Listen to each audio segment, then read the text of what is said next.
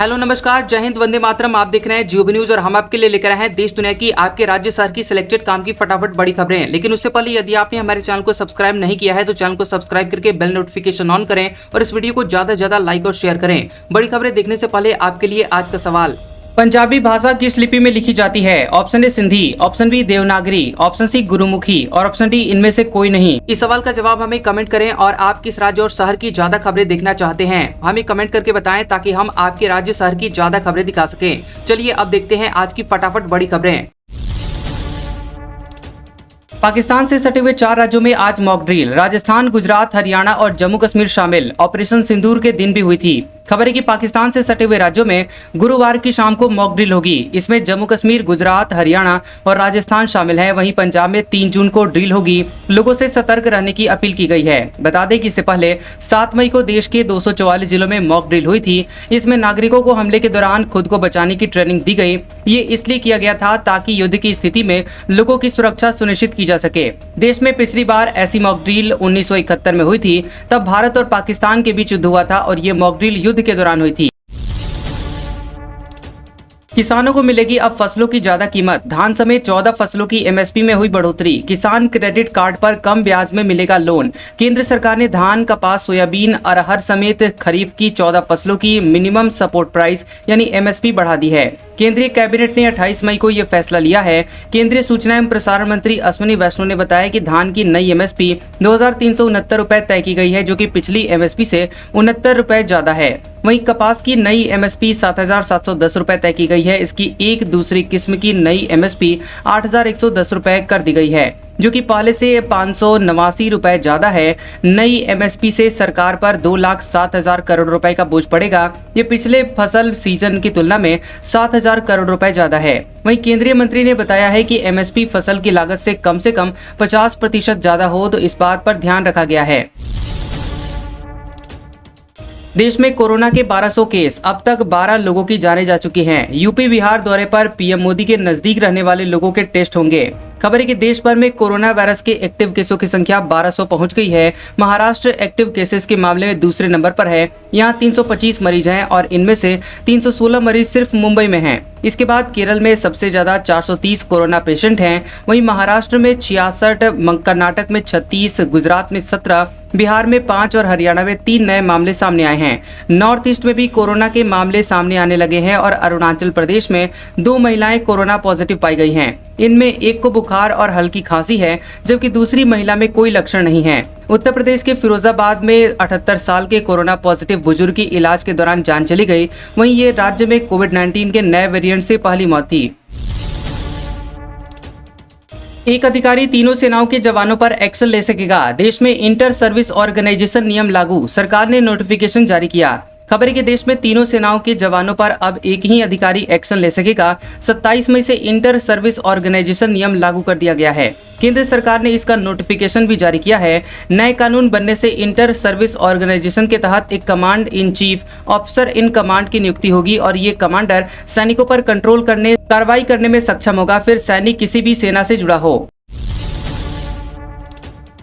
केंद्रीय कैबिनेट ने 2 multi tracking project को दी मंजूरी। आंध्र प्रदेश में 108 किलोमीटर लंबा 4 लेन हाईवे बनेगा। इसकी लागत 3,653 करोड़ रुपए है। मोदी कैबिनेट की दिल्ली में मीटिंग हुई और इस डेवलपमेंट से जुड़े हुए 5 फैसले किए गए हैं। केंद्र सरकार ने 14 फसलों की मिनिमम सपोर्ट प्राइस यानी एमएसपी बढ़ाई है। इसके साथ ही केंद्र सरकार ने 2025-26 के लिए किसान क्रेडिट कार्ड की ब्याज सब्सिडी योजना को जारी रखने का फैसला किया है। केंद्रीय मंत्री अश्विनी वैष्णव ने बताया है कि महाराष्ट्र और मध्य प्रदेश में भारतीय रेलवे की 2 मल्टी ट्रैकिंग प्रोजेक्ट को मंजूरी दी गई है। इसके तहत रतलाम नागदा के बीच तीसरी और चौथी लाइन डाली जाएगी। इसके साथ ही वर्धा बल्हार शाह चौथी लाइन डाली जाएगी और इस परियोजनाओं की कुल अनुमानित लागत 3,399 करोड़ रुपए है और इन्हें 2029-30 तक पूरा किया जाएगा। इसके अलावा आंध्र प्रदेश में बदवेल नेल्लोर के बीच 108 किलोमीटर लंबे 4 लेन हाईवे की परियोजना को मंजूरी दी गई है। इस परियोजना की लागत 3,653 करोड़ है और ये हाईवे आंध्र प्रदेश के कृष्णापट्टनम पोर्ट और नेशनल हाईवे 67 के एक हिस्से को जोड़ने का काम करेगा, जिससे पोर्ट कनेक्टिविटी बेहतर होगी। कानपुर में मोदी के पास जाने वालों की होगी जांच। यूपी में कोरोना के 38 एक्टिव केस, 1 की जान गई। बीएचयू में डॉक्टर पॉजिटिव। खबर है कि यूपी में कोरोना मरीजों की संख्या तेजी से बढ़ रही है। एक्टिव मरीजों की संख्या 38 पहुंच गई है और आगरा में एक संक्रमित की जान गई है। हालांकि मरीज को हेड इंजरी भी थी और मंगलवार शाम तक 24 घंटे में कोरोना के 16 नए मरीज मिले हैं। इधर 30 मई को कानपुर में पीएम मोदी की रैली को लेकर प्रशासन सतर्क हो गया है। मोदी के मंच और आसपास यानी डी घेरा में रहने वाले लोगों की कोरोना जाँच करवाई जाएगी। कमल हासन के खिलाफ प्रो कन्नड़ संगठन ने दर्ज करवाई शिकायत। एक्टर ने कहा था, कन्नड़ भाषा तमिल से जन्मी, बीजेपी बोली भाषा का अपमान किया गया। बता दें कि कर्नाटक रक्षण वेदिके नाम की एक प्रो कन्नड़ संगठन ने बेंगलुरु के आरटी नगर पुलिस में एक्टर कमल हासन के खिलाफ शिकायत दर्ज करवाई है।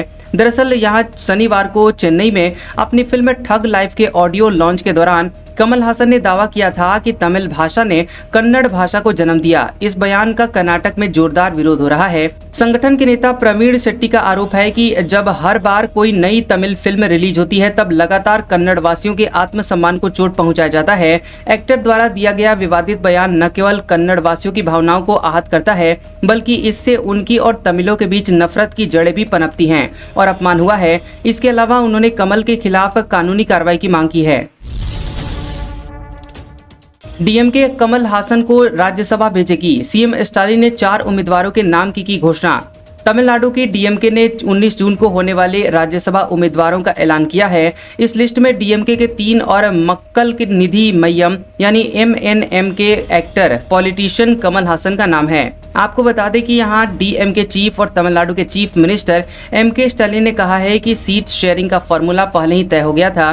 डीएमके ने मौजूदा सांसद पी विल्सन, पूर्व विधायक एस.आर. शिवालिंग और पार्टी प्रवक्ता रुकैया मलिक को राज्यसभा कैंडिडेट बनाया गया है। वहीं मलिक को पोएट सलमा के नाम से भी जाना जाता है। जस्टिस वर्मा के खिलाफ सरकार महाभियोग ला सकती है। मानसून सत्र में प्रस्ताव संभव। कैश कांड के दोषी जज के घर जले हुए नोट मिले थे।